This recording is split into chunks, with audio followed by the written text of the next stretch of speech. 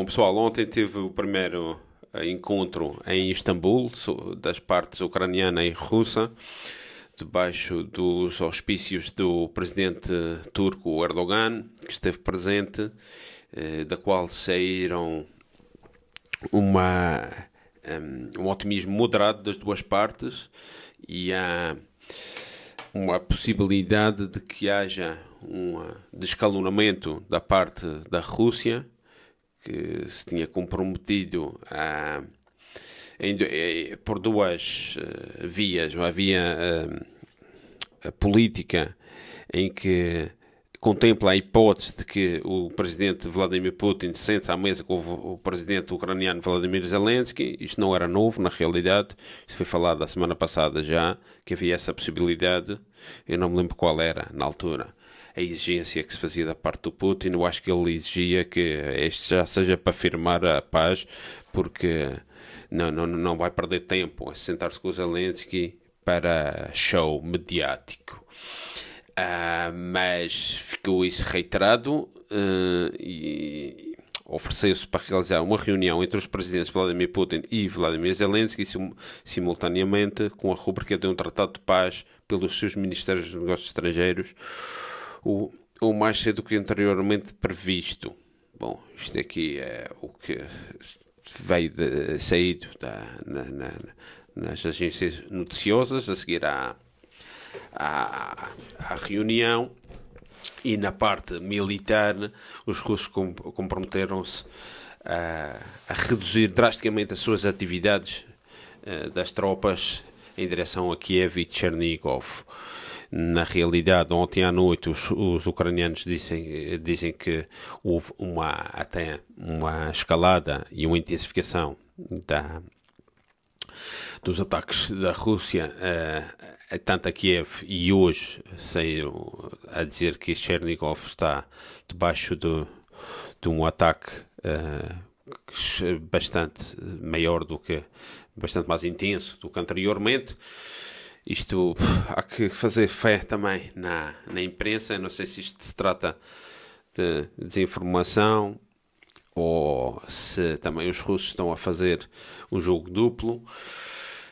O que é certo é que os russos exigiam à Ucrânia ontem a proibição da produção e utilização de armas de destruição maciça, a proibição da instalação de bases militares estrangeiras em território ucraniano, e que Kiev também se esqueça de regressar à Crimeia e reconquistar a base de Sebastopol pela força militar. Bom, eu acho que isto era já isto não é precisamente novo, que a Ucrânia eles não vão ceder. E também aqui não há nenhum ponto que se fale da zona do Donbass, que também já tinha sido dita pela Rússia que não iam ceder. Entretanto, as repúblicas do Donbass dizem que vão fazer um referendo para saber se querem ser integrados na Federação Russa. Portanto, isto é tudo muito... é bastante relativo àquilo que se tem falado nestas conversações. Ontem foi a primeira debaixo do patrocínio da Turquia, mas também há aqui outros Estados que são garantes do que for assinado. Por exemplo, a Polónia, a Israel e Kiev exige que estes países ajudem a União Europeia, ou seja, a Ucrânia a aderir o mais rapidamente possível à União Europeia. É sempre esta fixação da Ucrânia a querer entrar na União Europeia, porque, claro, com os problemas económicos que eles têm, julgam que a União Europeia vai ser a sua salvação económica.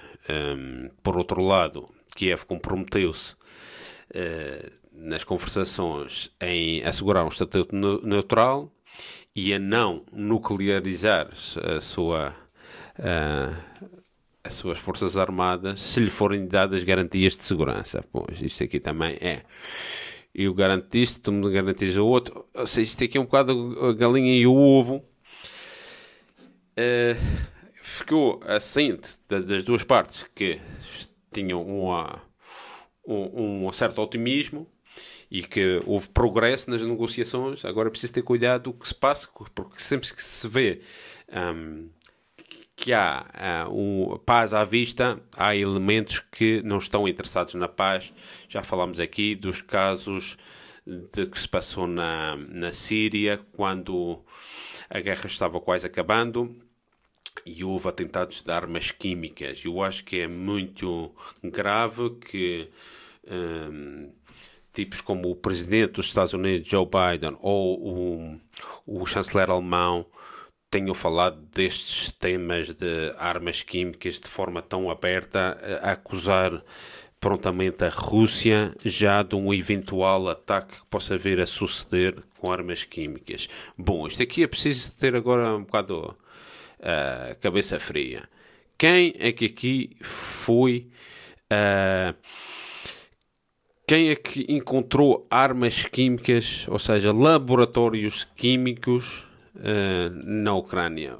Ou seja, os russos dizem que encontraram que existem 26 laboratórios de armas químicas. Isto foi levado às Nações Unidas, não passou porque os aliados, dos membros do Conselho de Segurança, membros permanentes, vetaram, mas muitos outros países importantes queriam uma investigação sobre isto. Portanto, existem, isto está comprovado, foi comprovado também no Senado norte-americano, entre o senador Mark Rubio, dos republicanos, a vice-secretária de Estado, Victoria Nuland, de que existem pelo menos 26 laboratórios químicos que são propriedade do exército norte-americano em território ucraniano.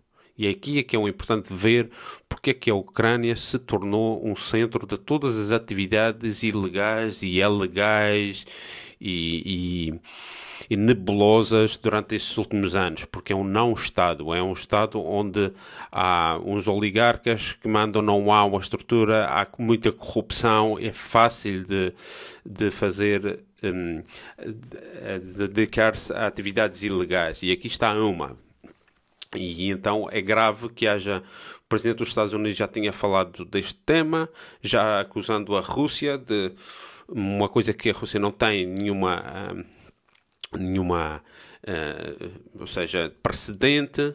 O chanceler alemão, esta semana, houve uma entrevista aqui na televisão, na ARD, em que ele fala que disse ao telefone ao Putin: se você pensa que vai fazer com a sua propaganda, vai ensinar um ataque químico e culpar a NATO disto,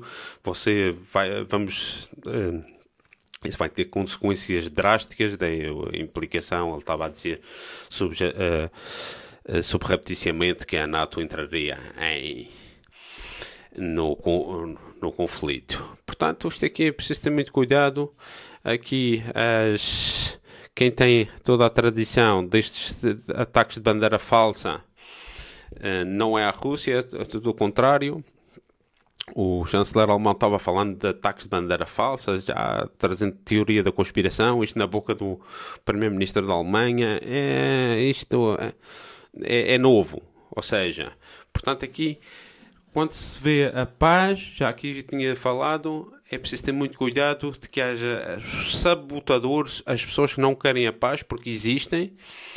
E é preciso ver quem é que começou esta escalada de problemas em 2014. Esta Victoria Nuland era uma das figuras principais.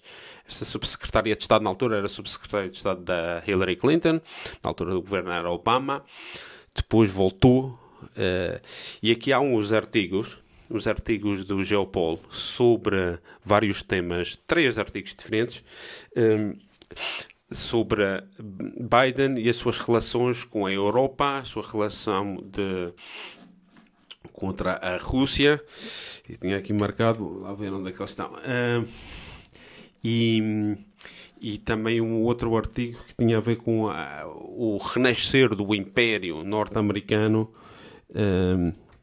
contra aquilo que ele queria fazer crer, de que era um presidente humanitário e toda essa ideia de que os democratas vendem de si próprios, que tem pouco a ver com com a realidade imperialista, e depois ele ter chamado para o seu gabinete, para a parte das relações internacionais, estes falcões de guerra, estes neocons ligados ao CFR e estes lobbies neoconservadores que têm exatamente como foco a Rússia, é o grande inimigo a abater desta gente.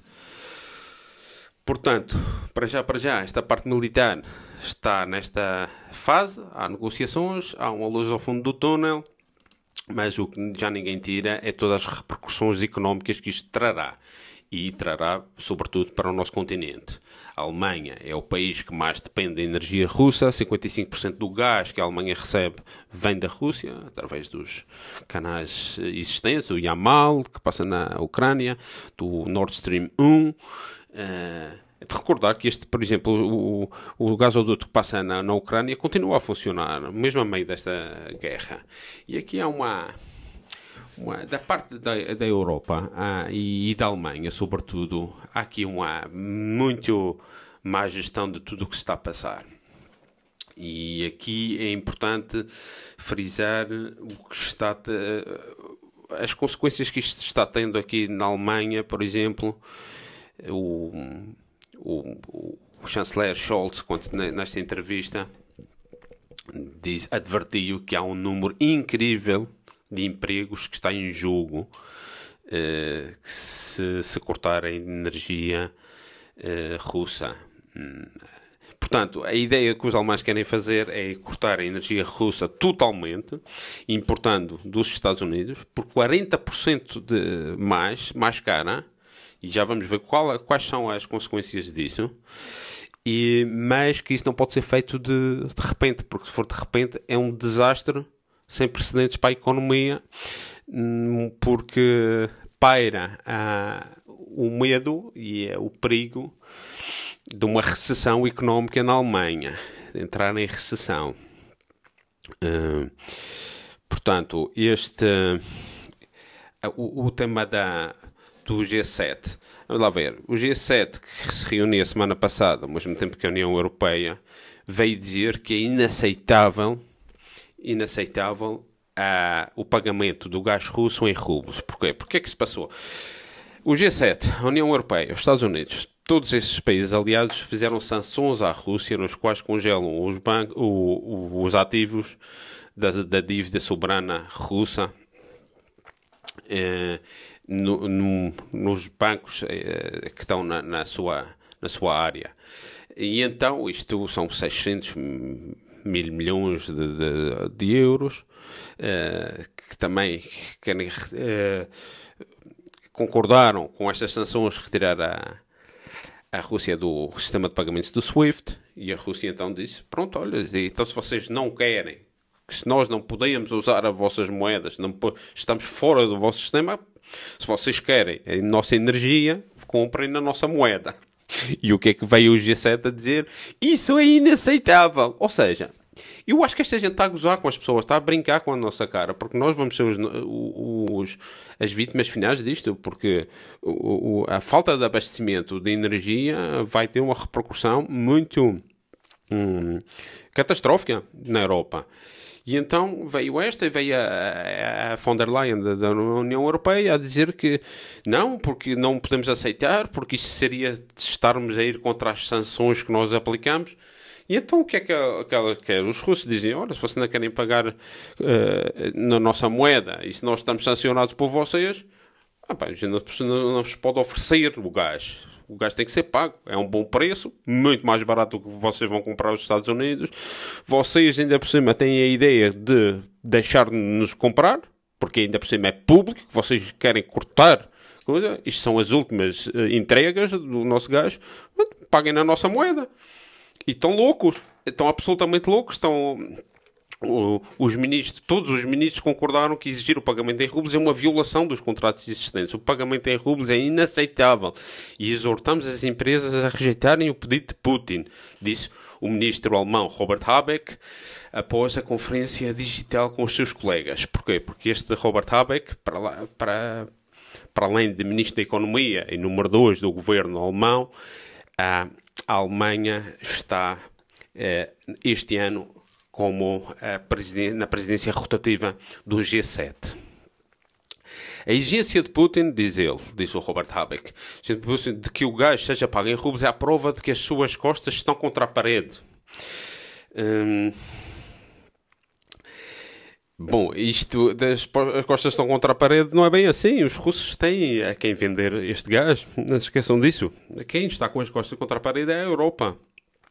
Por vossa decisão, pela decisão de cabeças brilhantes como a von der Leyen, como o Mitchell, como o Borrell, como o Robert Habeck, como o Scholz e como todos aqueles europeus que abriram a caixa de Pandora, que deviam de saber o que é que estavam a jogar quando aplicaram sanções sem precedentes. As sanções aplicaram a bomba atómica financeira à Rússia.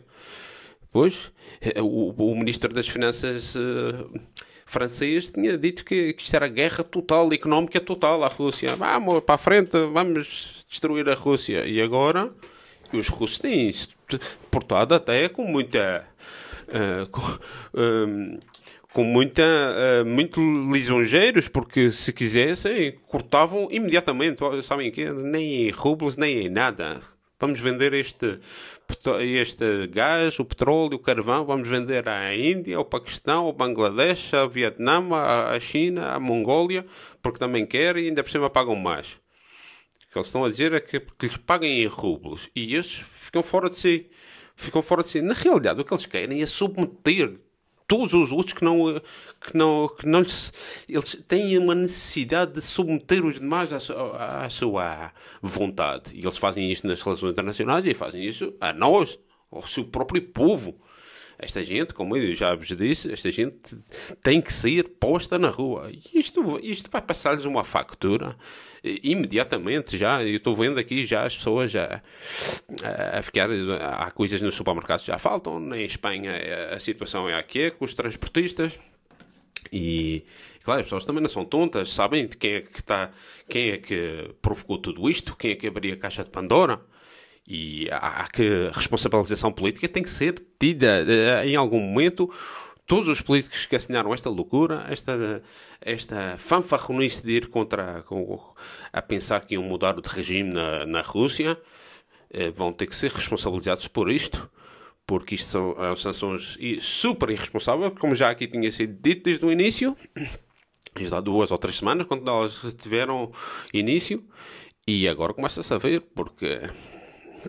Os russos ainda estão jogando ao jogo, mas se chatearem, cortam-nos a energia. E vamos ver e quais são as consequências disso. Já lá vamos ver.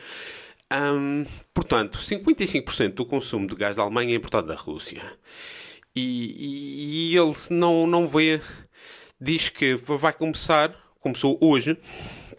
A Alemanha saiu hoje nas notícias de manhã, o plano de racionamento de energia. Que isto é um plano em 3 fases. Entraram na primeira fase para que, já tinha sido dito a semana passada, até o final do ano já não importem energia da Rússia até o final do ano. Mas de onde é que vão importar a energia? Porque esta energia que vem mais cara agora dos Estados Unidos, gás liquidificado, que isto é um golpe da indústria petrolífera americana, que está a esfregar as mãos de contente agora de ter a Europa a sua refém. Isto precisa dos terminais, que não vai demorar menos de 4 anos a serem todos feitos. Portanto, até lá, nós precisamos do gás russo. Essa é que é a verdade. E até lá, estes, se puserem-se com muita fanfarronice, vão ter a consequência daquilo que a Rússia tiver disposta a paciência que eles tiverem com esta gente. Porque agora não querem comprar e dizem que é inaceitável comprar em rublos. Imagine-se, quer dizer, não deixam usar a moeda. Eu não posso usar euros, não posso usar dólares porque vocês têm congelados os meus ativos, não me serve para nada ter dólares ou euros. Paguem-me na minha moeda. Não, que não podemos porque isso é contra as nossas sanções. Isso é contra as vossas sanções, o problema é vosso. Pois olha, fiquem aí ao frio a ver como é que passam o próximo inverno. E eu sei como é que é aqui na Alemanha. Já estamos praticamente a começar a abrir. Semana passada ainda dei uns dias de sol e tal, mas agora está frio. Está frio. Lá fora tem que meter casaco. Hein? Isto é abril. E isto não é o problema. Não é o frio nas casas só. Isto é cobertores, lenha e o que seja. Ainda se pode passar frio. O problema é toda primeiro criar a infraestrutura para este gás que vem agora dos Estados Unidos, que ainda por cima vai ser 40% mais caro do que o atual. E não é isso. Se alguém tem mínimas ideias básicas de comércio, que eu já vendi e vendo coisas e sei como é que é importar. Tu, por exemplo, para conseguires uma caneta, por exemplo, tem esta caneta, tu tens que calcular todos os preços, todos os custos, até a produção da caneta, e depois tens que meter de logística, de transporte, de armazenamento, de quanto tempo é que vai ficar, tens que calcular uma série de coisas para dizer, olha, esta caneta vai produzir os custos totais, é isto, vamos pôr que seja 50 centavos, e ela tem que ser vendida sem IVA, sem nada, tem que me dar 2 vezes, ou 3 vezes, depende dos produtos, não é? E claro, isto o que vai fazer é aumentar o preço da energia imensamente aqui na Europa e muitos sectores não vão ser viáveis. Vão ser viáveis.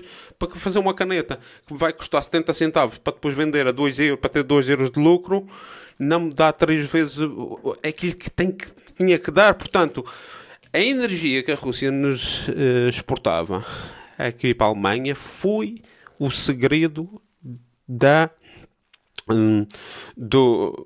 que as coisas ainda funcionassem nos últimos anos. Porque a Alemanha fez o disparate de ir desmantelando as centrais nucleares, que foi o segredo da reconstrução de toda a Alemanha depois da guerra, e agora não quer a energia, quer importar a energia mais cara, acabou sendo a Alemanha industrial. Ou então vão ter que voltar a fazer centrais nucleares. O problema é que centrais nucleares ou qualquer outro tipo de energia não tem as propriedades que tem o gás. O gás, por exemplo, para aquecimento de casa, para fogão, não é energia elétrica vinda de centrais nucleares ou de hidroelétrica, não tem essa função. Não tem a função do que é uma chama de gás.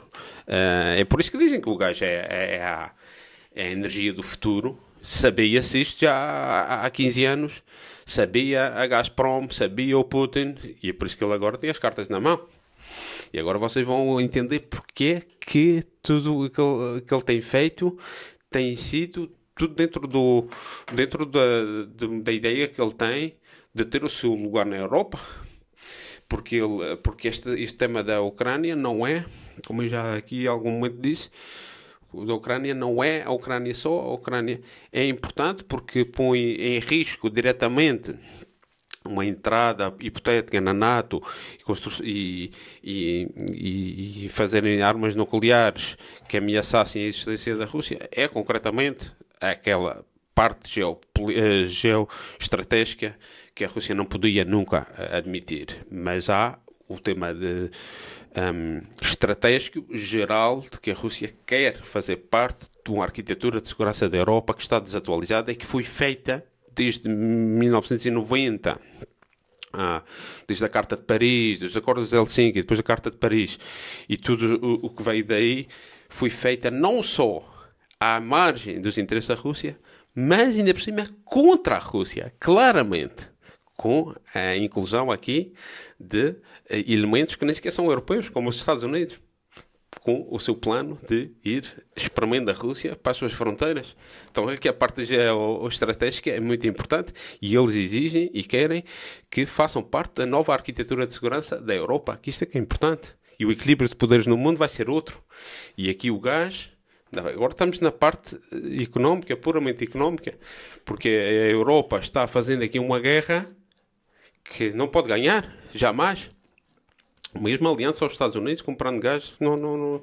O que vamos ver aqui é a desindustrialização da Alemanha, da Europa, e o empobrecimento.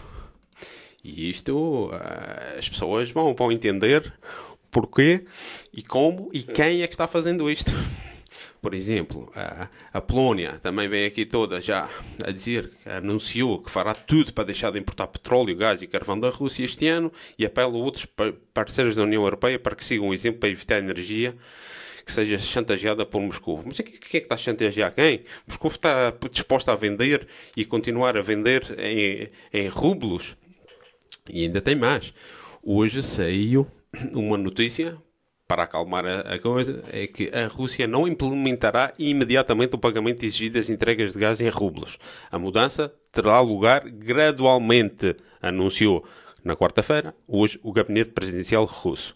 O dólar teve o seu dia como moeda de reserva mundial, pelo que os pagamentos nas respectivas moedas nacionais são inevitáveis.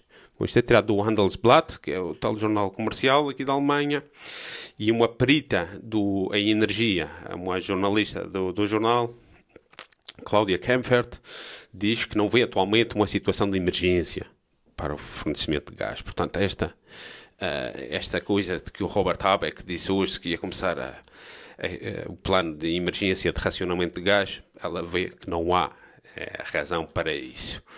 Entretanto, o primeiro-ministro italiano, Mario Draghi, diz que queria falar ao telefone com o líder do Kremlin hoje também. Aqui estamos, o presidente russo, que ganhou as eleições com maioria absoluta, a ter que falar, baixado, para falar com o primeiro-ministro, que é um bancário da